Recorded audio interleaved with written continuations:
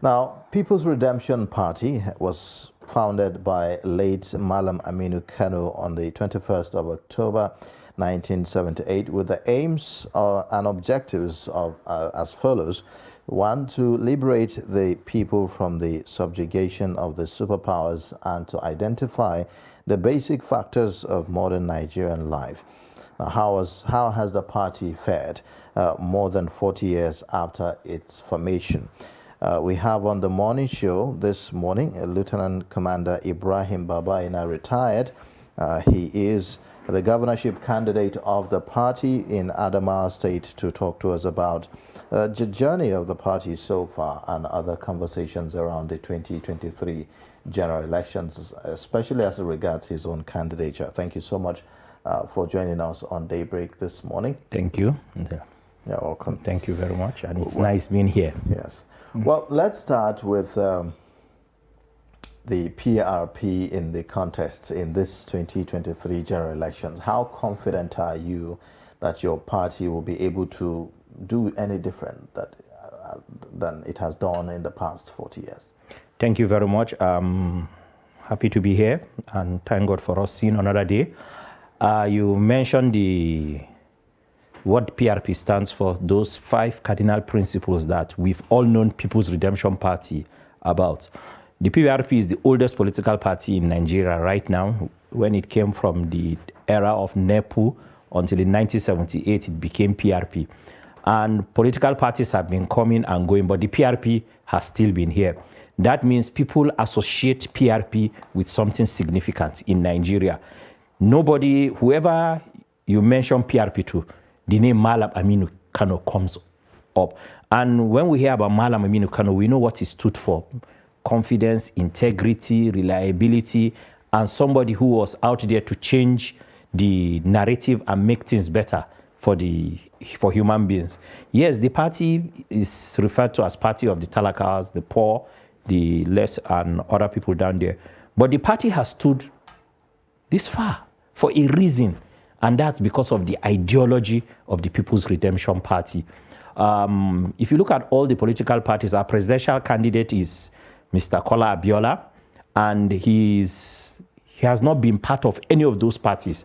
And with what he's bringing on board from his manifesto of the PRP and what he wants to do to Nigerians to change the suffering and how Nigeria has been for the past few years, we all know something needs to be done differently. And the People's Redemption Party for the 2023 general elections will make it differently. All right. Let's narrow down to Adamawa State, where you are holding the ticket of the party. This is the first time the PRP is having a governorship candidate in Adamawa State. And there are other parties in that state which have they are grounded, they have their structures. This is the first time the PRP is presenting a governorship candidate. What was the reception like? Well, the beauty about it, as I said, there are people who still remember PRP in Adamawa State. The elders there who lived and worked with Malam Aminu Kano, who know of the names, people like Balarebe Musa. These are people that believed in the People's Redemption Party, and they are still there in Adamawa State. As you said, I am the first governorship candidate from Adamawa under the PRP, and I'm not alone. The beauty about it is that we have 25 State House of Assembly members, not only me. We have 7 out of 8 Federal House of Representatives, and we have the 3 senatorial zones covered in Adamawa State. So Adamawa State is really coming in the PRP is coming in full force for the 2023 general elections. And the people of Adamawa have tried the other political parties. So, and with what we are bringing on board, they will see a difference. You talked about the old people who remember Malam Aminu Kano and all of that. But statistics show that 1/3 of the over 90 million registered voters this time are youth who may not know Malam Aminu Kano. How do you hope to reach these people? Well, I'm the new generation. I'm part of the new generation. I'm part of the bridge between the old and the youths. And that's why I'm in Adamawa doing this. And that's why members of the People's Redemption Party among the candidates are all youths. And that's why we have all the means, social media and other means of communication. We are sending the message out there. We have our people at the grassroots, and that's the beauty about the elders we've talked about. They are giving us guidance. and they can tell the youths there, because no matter what, still the youth still listen to the elders, and the elders will tell them that this is the party to look up to. And with what they've seen and what we've been able to achieve for the past 7-8 months, I'm sure the people of Adamawa will choose wisely. I mean, when you look at parties like the APC, the PDP, these are parties that some will argue that, well, these are parties with structure. They have the wherewithal to be able to contest for elections and the rest of them. Would you say the same for the PRP in Adamawa State, for instance? Well, I'll say we have our limitations.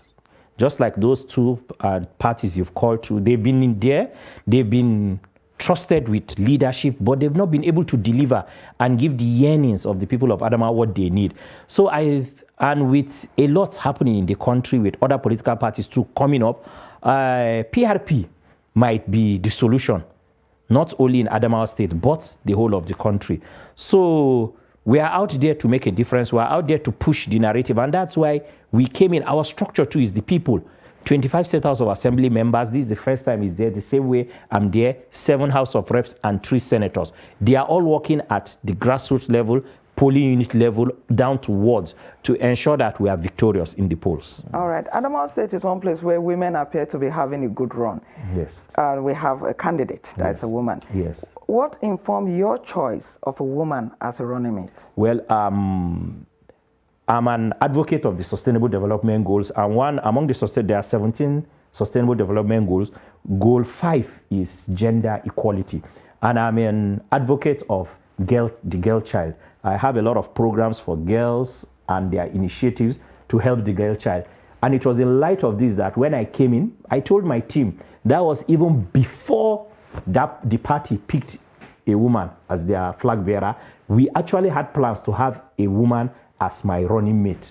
And it was coincidental that she came in, and we have a female as our deputy governorship candidate. But I'm an advocate of the girl child, and all my programs are tied to helping the girl child and women. So it's all part of putting an inclusive government whereby we have a gender to representative in the helms of affairs. Okay, you talked about, in one of your statements, you talked about gainful employment for every single productive citizen.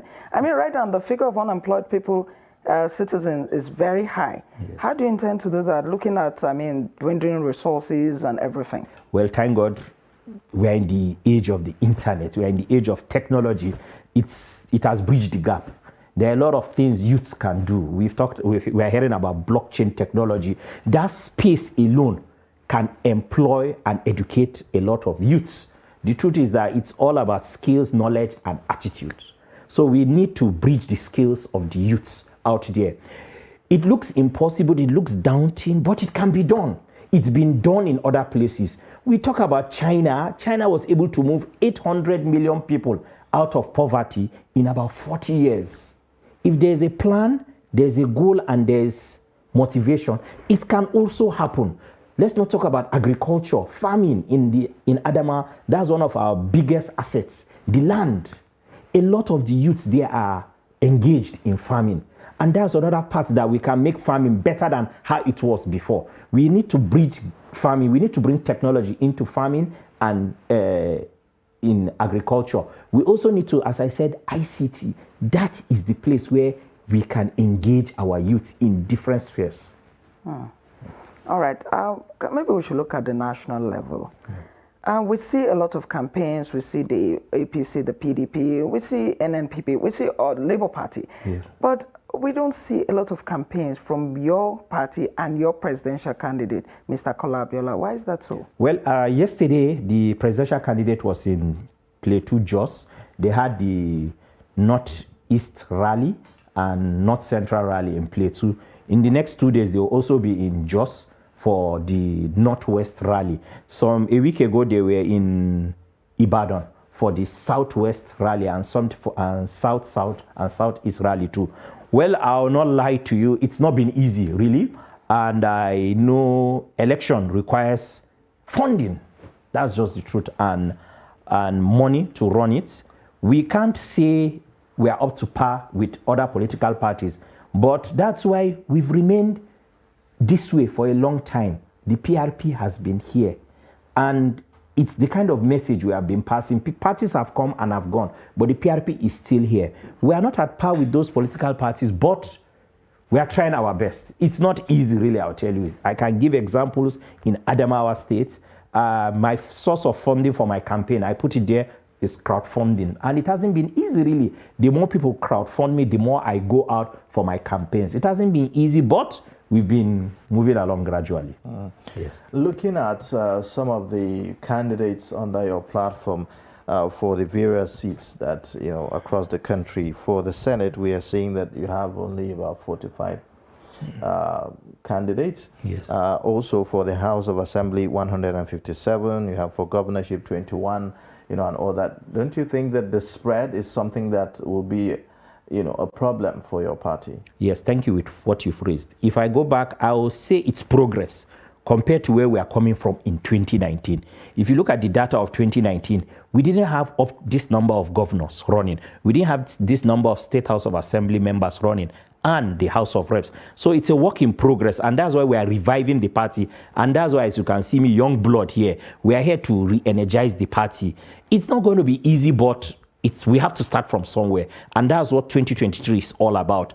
There are a lot of reasons not to pick those other political parties. They've been tested, they've been tried, and they keep on giving the same results over and over. It's high time Nigerians pick someone else.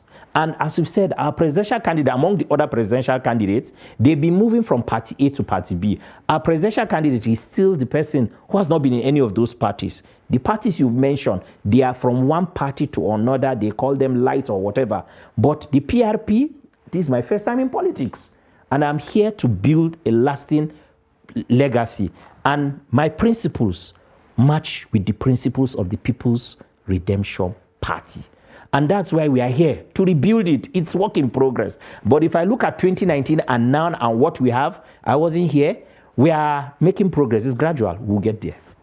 Okay. Now, looking at Adamawa State as it is now, what are you going to be bringing to the table differently from what has been, on ground? So I'll still bring back the sustainable United Nations 17 Sustainable Development Goals. There are indices and yardsticks that Nigeria has to achieve, Agenda 2030, which we have to achieve. It started in 2015 after the Millennium Development Goals elapsed.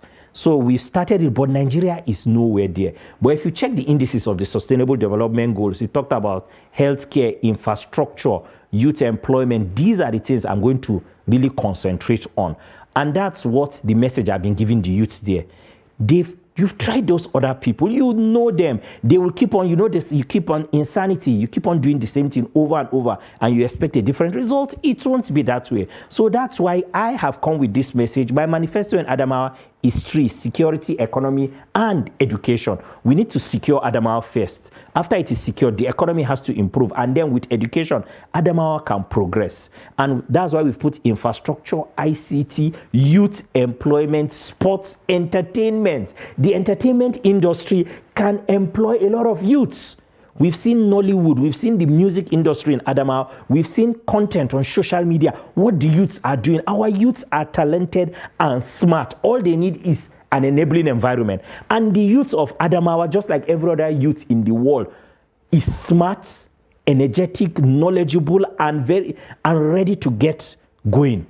But it's the opportunities that are not there. A few people have held it for so long. But I'm telling you, if you can put it an enabling ground, an enabling environment, Adamawa State will progress. And the PRP, I'm sure, has the